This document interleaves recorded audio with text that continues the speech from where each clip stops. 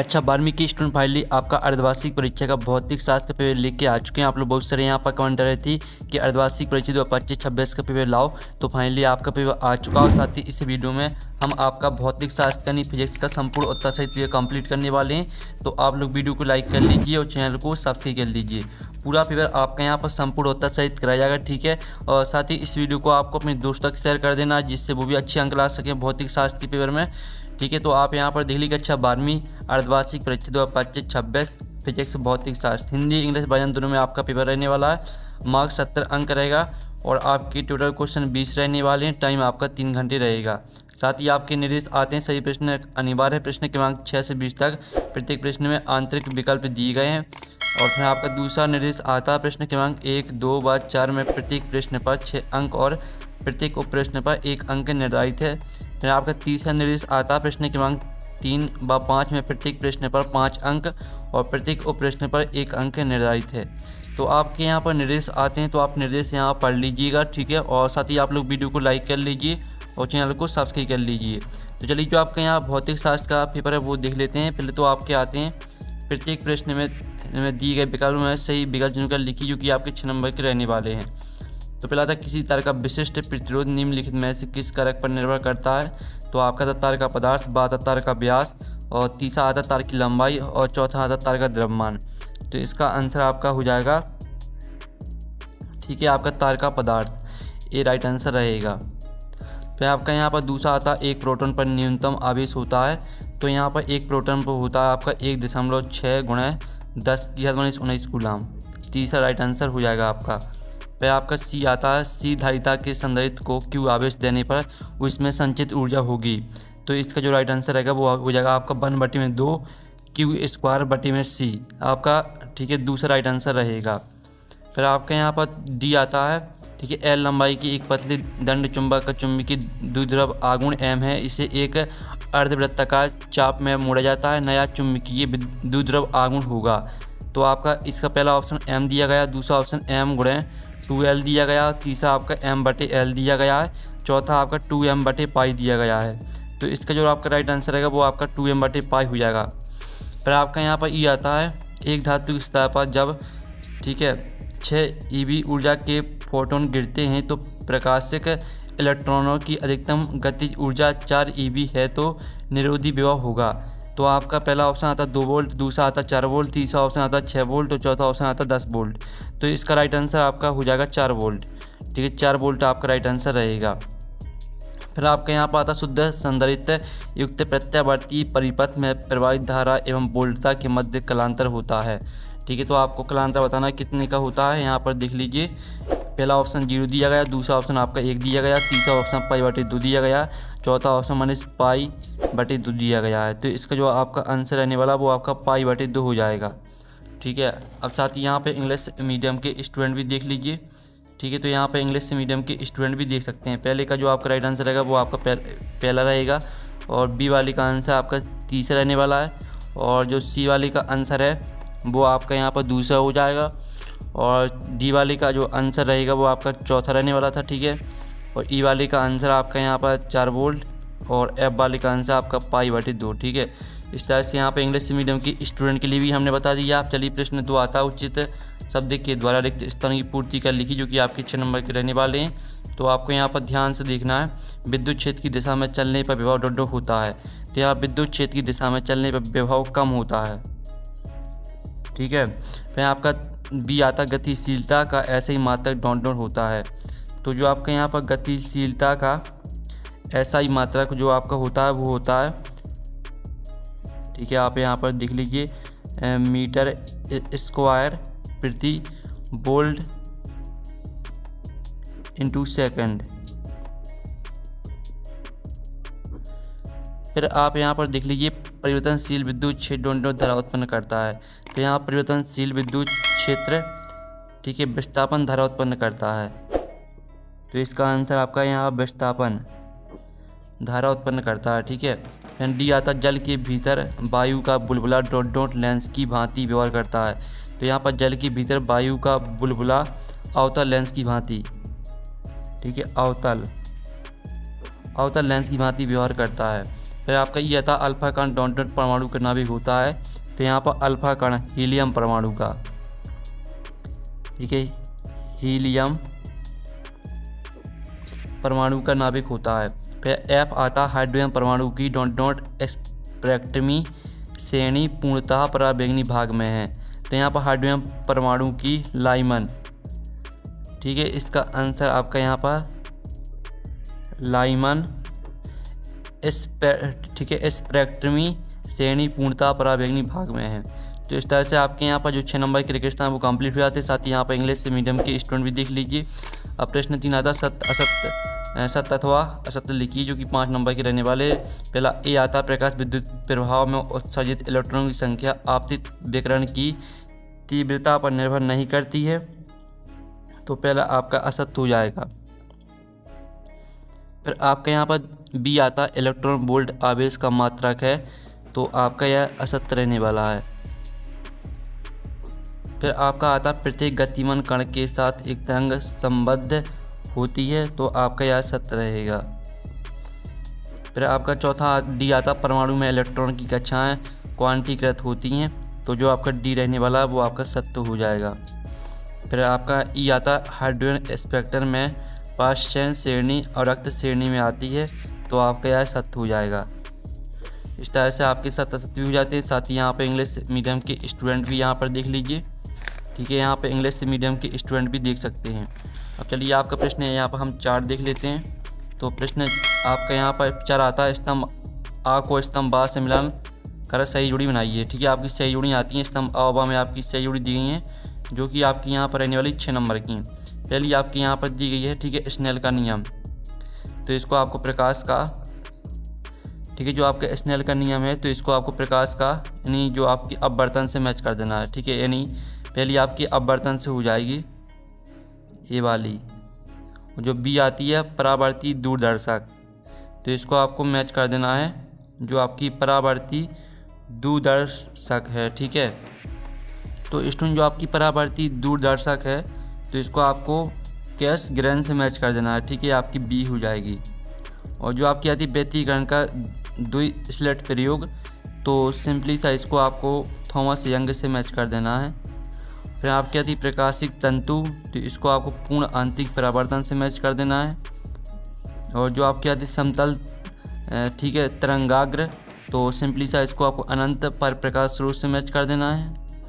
और जो आपकी आती है, ठीक है, प्रेरकीय प्रतिघात, ठीक है, प्रेरकीय प्रतिघात को आपको सिंपली सा यहाँ पर, ठीक है, एक्सएल बराबर डब्ल्यू इंटू एल से मैच कर देना है, ठीक है, ये आपकी ऐप हो जाएगी। इस तरह से आपकी जो सही जोड़ी वो कंप्लीट हो जाती हैं। साथ ही यहाँ पे इंग्लिश मीडियम के स्टूडेंट भी देख लीजिए। अब प्रश्न 5 आता है, एक सदवाक्य में उत्तर दीजिए, जो कि 5 नंबर के रहेंगे। तो पहला आता अनुनाद की दशा में श्रेणी एलसीआर परिपथ में प्रवाहित धारा अधिकतम होती है या न्यूनतम, तो इसका आंसर रहने वाला है ये आपकी अधिकतम होती है, ठीक है, अधिकतम आपका यहाँ पहले का आंसर हो जाएगा। फिर दूसरा था एम्पियर के परिपथीय नियम का गणितीय रूप लिखिए, तो इसका आपका यहाँ पर गणितीय रूप देख लीजिए, ठीक है, ये आपका यहाँ पर गणितीय रूप रहेगा।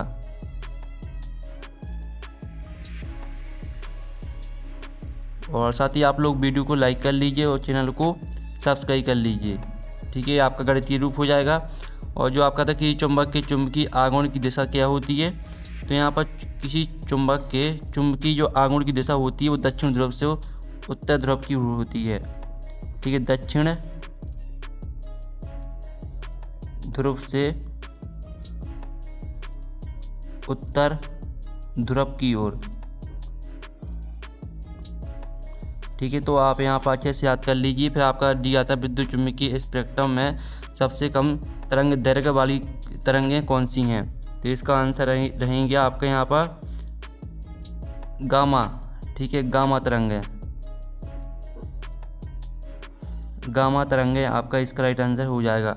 फिर आपका ई आता किसी स्थिति में प्रिज्म के अंदर अपवर्तित किरण प्रिज्म के आधार के समानांतर हो जाती हैं, तो यहाँ पर ठीक किस स्थिति में, तो इसका आंसर रहेगा प्रिज्म के अंदर अपवर्तित किरण प्रिज्म के आधार के समानांतर हो जाती हैं। तो यहाँ पर इसका जो आपके यहाँ पर ये किस स्थिति में प्रिज्म के अंदर अपवर्तित किरण प्रिज्म के आधार के समानांतर हो जाती हैं।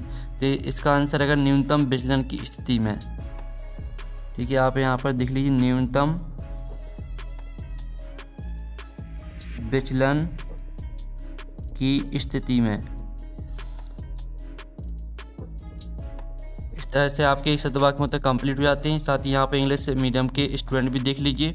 अब चलिए आपके यहाँ पर देख लेते हैं प्रश्न 6 आता ओम के नियम की 2 सीमाएं आपको लिखना है। ठीक है, और साथ ही अथवा आता संधारित्र की प्लेटों के बीच पराविद्युत बनने से धारिता क्यों बढ़ जाती है। तो चलिए आपके यहाँ पर दोनों के आंसर हम यहाँ पर देख लेते हैं। तो ये आपका 6 प्रश्न का आंसर रहने वाला है। ये आपके ओम के नियम की 2 सीमाएं दी गई हैं और संधारित्र की प्लेटों के बीच पराविद्युत बनने से धारिता क्यों बढ़ जाती है, इसका उत्तर भी देख लीजिए।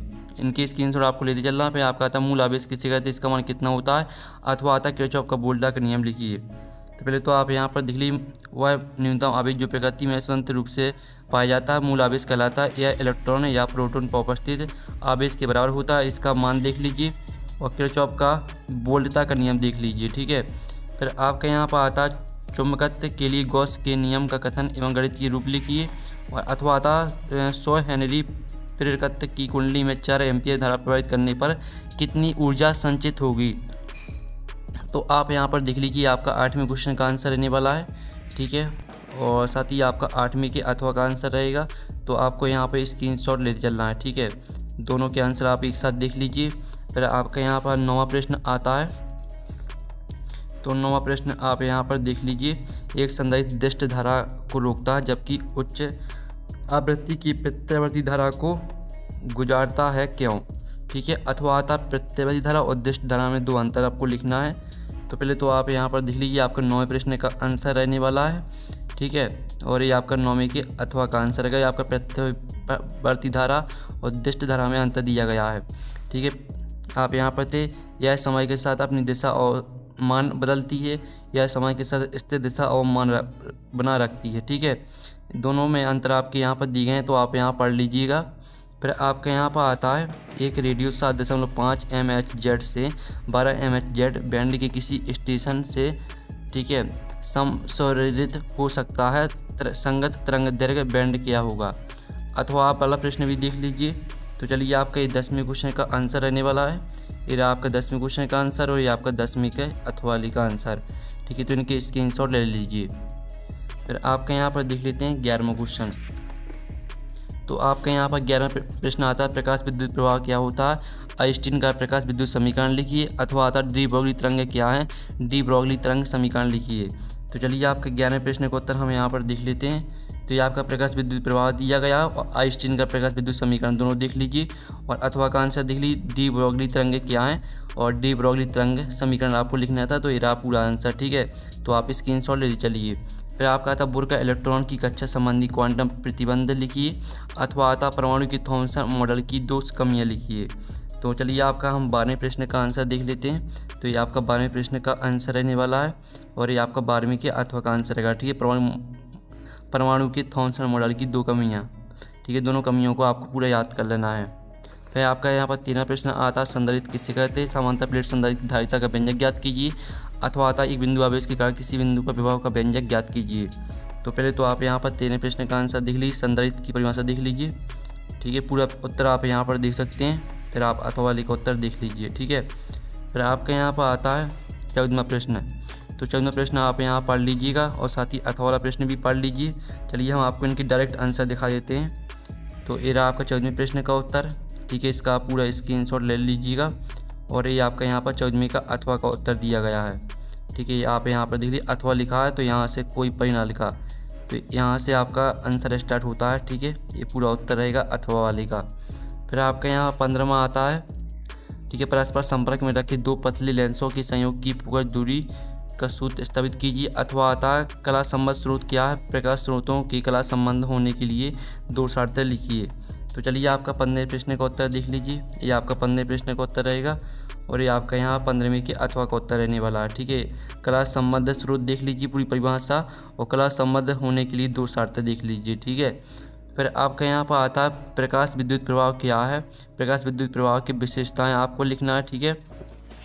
और साथ ही आप यहाँ पर देख लीजिए, ये आपके यहाँ पर बोर मॉडल की 2 अभिकल्पनाएं लिखी है। तो चलिए आपके यहाँ पे इनके आंसर देख लेते हैं। ये आपका 0 प्रश्न का उत्तर रहेगा पूरा का पूरा, प्रकाश विद्युत प्रवाह की विशेषताएं, ठीक है। और ये आपकी बोर मॉडल की 3 अभिकल्पनाएं, ठीक है। तो आप तीनों अभिकल्पनाओं को पूरा याद कर लेना है आपको। फिर आपके यहाँ पर 17वां प्रश्न आता है, स्थिर विद्युत संबंधी गॉस के नियम के आधार पर कूलम्ब के व्युत्क्रम वर्ग नियम का निगमन कीजिए। अथवा देख लीजिए सेल की विद्युत भागबल और टर्मिनल विभवांतर में चरांतर लिखिए। तो चलिए आपके यहाँ पर दोनों के आंसर हम यहाँ पर देख लेते हैं। पहले तो आप 17वें प्रश्न का आंसर देख लीजिए और ये आपका 17वें की अथवा का आंसर, ठीक है। आपका सेल का विद्युत भागबल और टर्मिनल विभवांतर में अंतर दिया गया है। फिर आपका आता है प्रत्यावर्ती धारा परिपथ में औसत व्यय सामर्थ्य के लिए सिद्ध कीजिए कि यहाँ प्रतीकों के सामान्य अर्थ है, ठीक है। आप यहाँ पर देख लीजिए, अथवा वाला प्रश्न भी देख लीजिए। तो चलिए आपका 18वें क्वेश्चन का हम यहाँ पर आंसर देख लेते हैं। तो ये आपका 18वें क्वेश्चन का आंसर दिया गया है और ये आपका 18वें के अथवा वाले का आंसर दिया गया है, ठीक है।